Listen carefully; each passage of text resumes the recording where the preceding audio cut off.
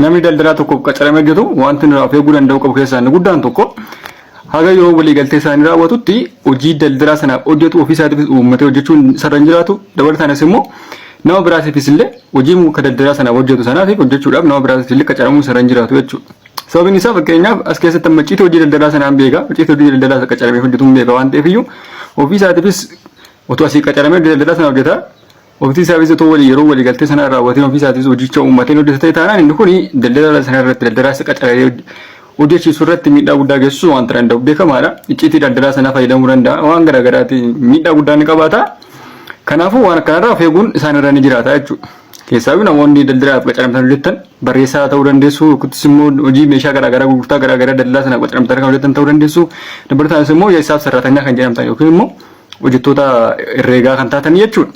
Haga yeroo walii galtee keessanii raawwatutti dirqamaan hojii daldalaa sanaaf hojjettan sana ofii keessanii uummatanii hojjechuun sirraan jiraatu nama biraatiifis immoo qacaramtanii hojicha hojjechuun sirraan jiraatu jechuudha. Yoo akkana gootu ta'e daldalaa sun walii galtee hojii keessanii daanguutuu ni danda'a.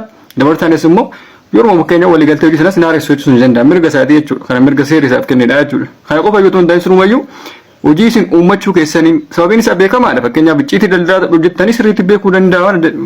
Namni qacaramee daldalaa qacaramee hojjetu icciitii daldalaa qacaramee hojjetu sirriitti hin beekama. Amma barbaade maaf hin ta'e hunda isaallee beekuu baatu gatee ni beeka. Icciiticha immoo fayyadamuu danda'a ofiisaati.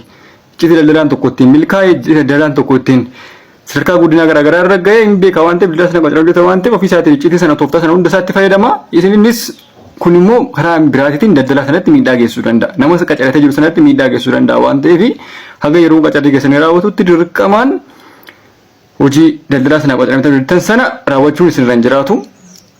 Kana sirriitti of eeggachuu qabdu. Sababiin isaa kaasaallee isin gaafachuu danda'a daldalaan kun.